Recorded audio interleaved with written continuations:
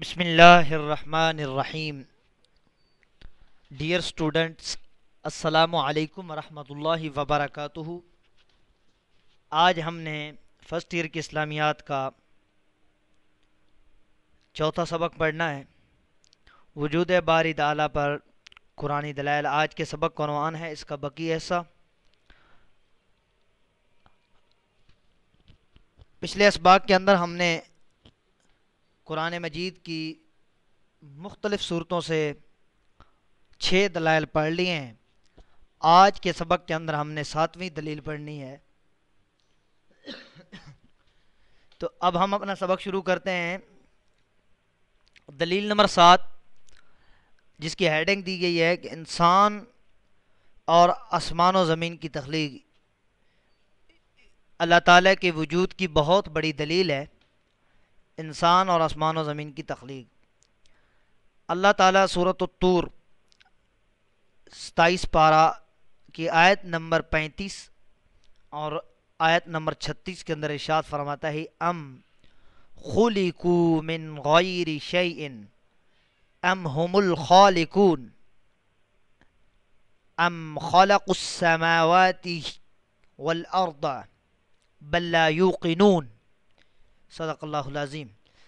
اللہ فرماتا ہے ام کیا خلقوا من غیر شیء یہ لوگ بغیر کسی کے پیدا کرنے کے پیدا ہو گئے. خلقوا پیدا کیے گئے. من غیر شیء بغیر کسی شے کے بغیر کسی کے پیدا کرنے کے یہ پیدا ہو گئے.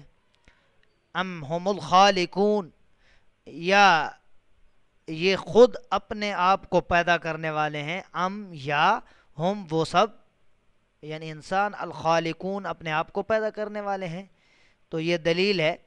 اللہ فرماتا ہے کیا یہ کسی کے پیدا کرنے کے بغیر پیدا ہوئے ہیں یا خود اپنے خالق ہیں.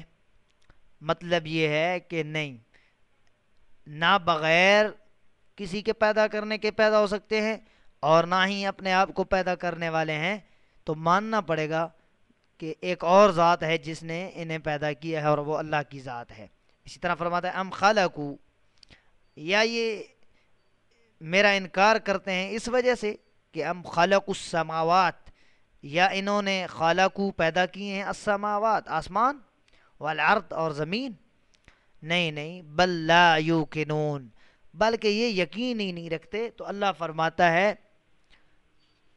کہ یہ کافر، یہ جو میرے وجود کا انکار کرنے والے ہیں، یہ غیر مسلم، یہ میرے وجود کا انکار کرتے ہیں، ان کے پاس بھلا دلیل کیا ہے؟ کیا انہوں نے اپنے آپ کو پیدا کیا ہے یا بغیر کسی پیدا کرنے کے بغیر کسی کے پیدا کرنے کے پیدا ہو گئے ہیں، یا انہوں نے آسمان کو پیدا کیا ہے یا زمین کو پیدا کیا ہے؟ جب کچھ ہی نہیں کیا تو پھر انکار کیوں کرتے ہیں؟ بل لا یوقنون بلکہ یہ یقین ہی نہیں رکھتے.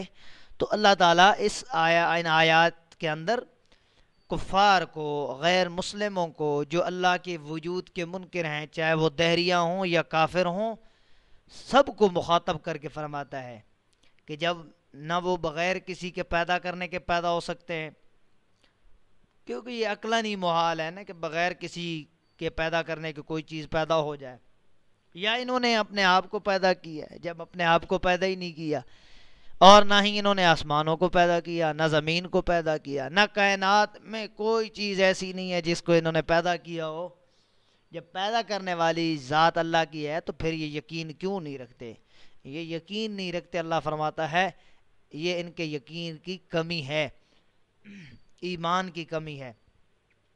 اگر یہ اپنی تخلیق پر، آسمان و زمین کی تخلیق پر غور کر لیتے تو انہیں یقین آ جاتا کہ کائنات میں ایک ذات ہے جس نے ان تمام اشیاء کو پیدا فرمایا اور وہ اللہ کی ذات ہے. تو اس آیت کے اندر ہمیں پتہ چلا، سورۃ الطور کی آیت نمبر 35 اور 36 کے اندر ہمیں یہ پتہ چلا کہ انسان اور آسمان و زمین کی تخلیق جو ہے یہ اللہ کے وجود کی بہت بڑی دلیل ہے. اسی طرح 8ویں دلیل جو کہ دی گئی ہے، یہ دلیل بڑی تفصیلاً پڑھنی ہے، اس میں بڑی باتیں چھپی ہوئی ہیں، جس کی ہیڈنگ میں نے دی ہے انسانوں کی بنیاد وجود باری تعالیٰ کے عقیدہ پر.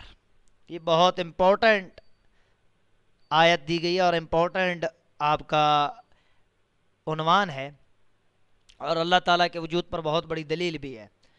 اللہ فرماتا ہے فطرت اللہ التی فطر الناس علیہا، سورۃ روم کی آیت نمبر 30، فطرت اللہ التی فطر الناس علیہا، اللہ تعالیٰ کی ڈالی ہوئی بنیاد جس پر اس نے انسانوں کو پیدا کیا۔ آپ غور و فکر کریں کہ اللہ نے سب سے پہلے انسانوں کو پیدا کیا تو اس کی بنیاد کس پر تھی؟ اس نے لوگوں کو کس بنیاد پر پیدا کیا؟ وہ ہے عقیدہ توحید اور وجود باری تعالیٰ کے عقیدہ پر۔ نبی کریم صلی اللہ علیہ وسلم کی ایک حدیث مبارکہ ہے، حضور علیہ الصلاۃ والسلام ارشاد فرماتے ہیں کہ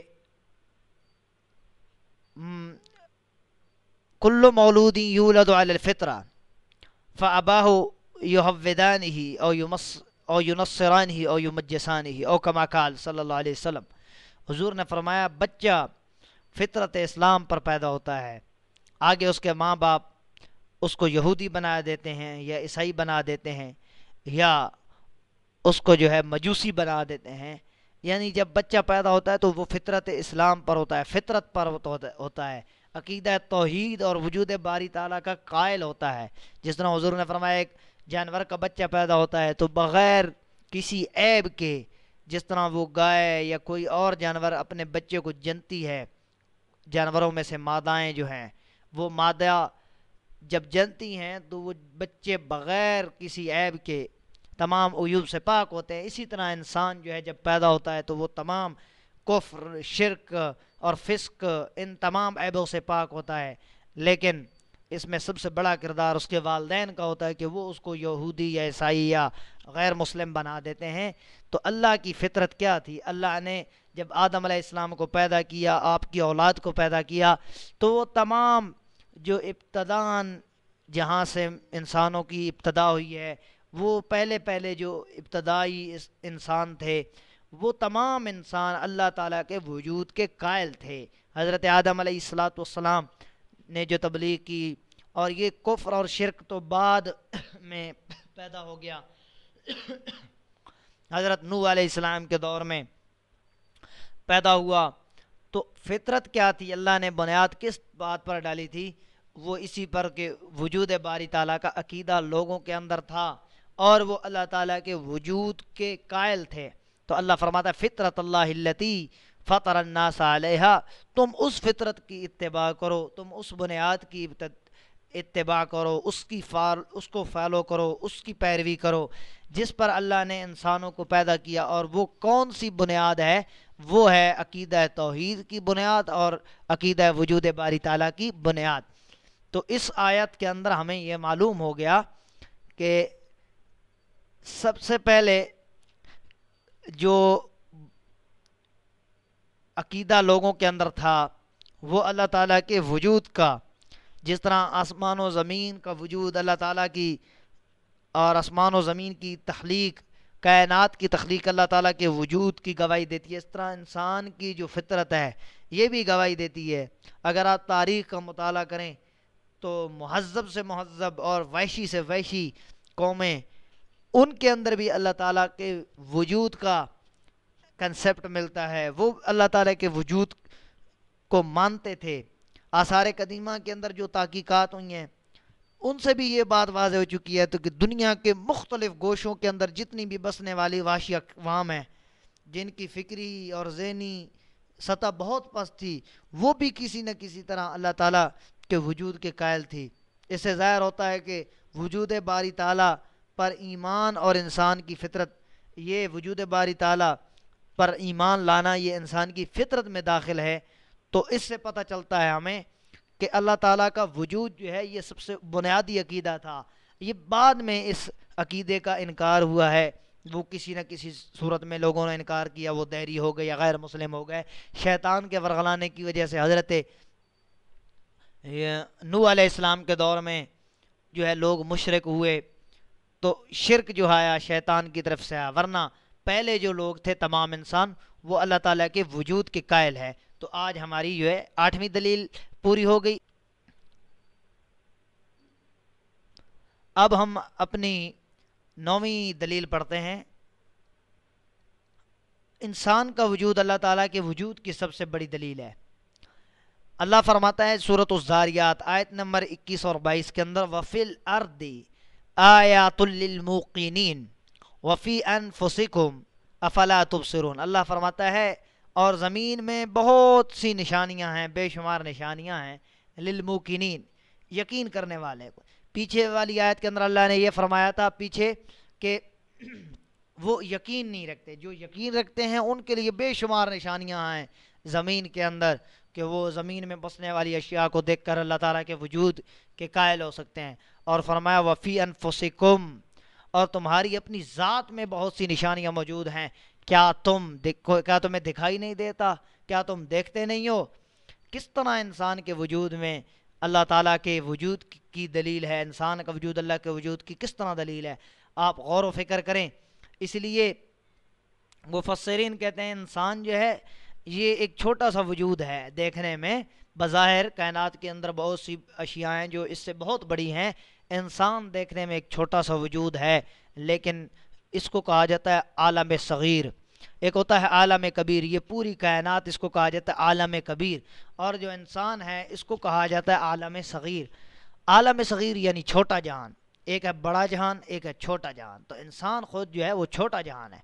علماء فرماتے ہیں کیسے یہ چھوٹا جہان ہے، فرماتے ہیں کائنات کے اندر جتنی بھی اشیاء موجود ہیں وہ انسان کے جسم کے اندر موجود ہیں. سبحان اللہ، کیسے آپ غور و فکر کریں.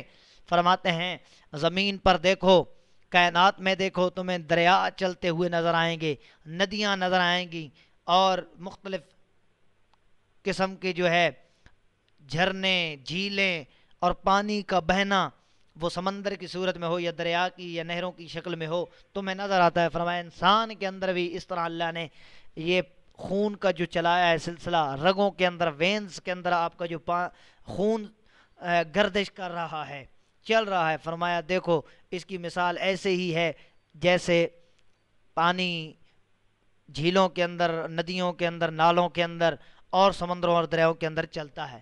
اسی طرح فرمایا زمین پر درخت اگتے ہیں، جڑی بوٹیاں اگتی ہیں، پھل اگتے ہیں، تو پھل دار درخت، پودے وغیرہ اگتے ہیں. فرمایا انسان اپنے جسم میں دیکھے، انسان کے جسم پر بال اگے ہوئے ہیں، تو وہ ایسے ہے جیسے زمین سے جڑی بوٹیوں کا اور درختوں کا اگنا ہے. اسی طرح فرمایا انسان کا جسم جو ہے وہ نرم بھی ہے اور سخت بھی ہے. فرمایا زمین کے اندر مختلف جگہ سخت بھی ہیں اور نرم بھی ہیں. انسان کا گوشت جو ہے وہ نرم ہے، ہڈیاں جو ہیں وہ سخت ہیں. اسی طرح بے شمار نشانیاں ہیں جو کائنات کے اندر آپ غور و فکر کریں گے، پھر آپ اپنے جو ہے کریں اس کے اندر، جسم کے اندر غور و فکر کریں تو آپ کو بہت سی نشانیاں ملے گی. آپ اپنے جو ہے دل کو دیکھیں کس طرح وہ خون کی سپلائی کر رہا ہے، اپنے آپ جو ہے پھیپھڑوں کو دیکھیں کس طرح وہ ہوا خارج بھی کرتے ہیں اور سانس لیتے بھی ہیں، باہر بھی نکالتے ہیں، اور پورا جسم جو ہے اس کے اندر مختلف اعضاء جو ہیں وہ ہر ایک اپنا کام کر رہے ہیں. تو فرمایا اسی طرح کائنات کے اندر جو ہے جتنی بھی اشیاء ہیں ان سب کی دلیلیں آپ کو کس میں ملتی ہیں، آپ کو اپنے جسم میں ملتی ہیں. فرمایا اس زمین میں بے شمار نشانیاں ہیں یقین کرنے والوں کو، اور خود تمہاری ذات میں ہیں، کیا تمہیں دکھائی نہیں دیتا. تو میں نے فار ایگزامپل تھوڑی سی مثالیں دے دی ہیں کہ کس طرح زمین کے اندر موجود اشیاء وہ اس کے بالکل ملتی جلتی ہیں جو آپ کی ذات میں ہیں. اگلی آیت دلیل نمبر 10 ہم پڑھ لیتے ہیں، اور یہ آپ کے اس ٹاپک کی آخری دلیل ہے. توحید کے بغیر کائنات کا ثبات ہی محال ہے. اللہ فرماتا ہے سورۃ انبیاء کی آیت نمبر 22 ہے، لو کان فیہما آلہۃ الا اللہ لفسدتا. اللہ فرماتا ہے اگر آسمان و زمین میں اللہ کے علاوہ کوئی اور معبود ہوتے، یعنی اللہ کے علاوہ اور خداؤں کو تم مان لو، تو یقیناً زمین میں فساد برپا ہو جاتا. زمین میں یہاں پر مسٹیک ہو گئی ہے، اصل میں زمین لکھنا چاہیے. اسی طرح دونوں کے اندر نون میں نقطہ آ گیا تو یہ مسٹیک ہے، اس کو ٹھیک کر لیجئے گا. تو یقیناً زمین میں فساد برپا ہو جاتا. آسمان و زمین میں ان میں ٹھیک ہے، ہاں ٹھیک ہے، ان میں فساد برپا ہو جاتا، یہ ان میں مراد سے ہے آسمان و زمین میں، یقیناً ان آسمان و زمین میں فساد برپا ہو جاتا، یہ نون کا نقطہ نہیں ہونا چاہیے، اس طرح دونوں میں نون کا نقطہ نہیں ہونا، یہ نون غنہ ہے۔ اچھا، اب اللہ فرماتا ہے کہ آسمان و زمین میں اگر اللہ کے علاوہ اور معبود ہوں تو کیسے یہ فساد ہو جاتا۔ ایک مثال دیتا ہوں، مثال کے طور پر جو مجوسی لوگ ہیں وہ دو خداؤں کے قائل ہیں، وہ کہتے ہیں ایک ہے خالق خیر، ایک ہے خالق شر۔ اگر بفرض محال، یہ ممکن تو نہیں ہو سکتا لیکن بفرض محال اگر مان لیا جائے، اگر کہ خدا ہوتے دو، تو ایک کہتا، مثال کے طور پر میری کلاس میں بیٹھا ہے نعمان بیٹا، ایک کہتا کہ نعمان کو میں نے مارنا ہے، آج ہی اس کی زندگی کا آخری دن ہے، دوسرا خدا کہتا نہیں، یہ نہیں، اس کو نہیں مارنا، تو پھر ان میں سے ایک تو ضرور ہوتا، اگر مر جاتا تو وہ خدا تو جیت گیا جس نے مارنا تھا، اور جو چاہتا تھا نہیں مارنا وہ ہار گیا، تو جو ہار جاتا ہے وہ خدا نہیں ہوتا۔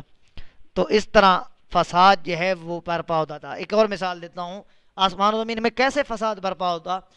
آسمان گردش کر رہا ہے، زمین کے اندر مختلف اشیاء ہیں، ایک کہتا آج بارش اتارنی ہے، دوسرا کہتا نہیں، تو اس طرح جھگڑا ہو جاتا، فساد برپا ہو جاتا، ایک کہتا ہے دن ابھی ہوگا، ایک کہتا ہے نہیں رات ہوگی۔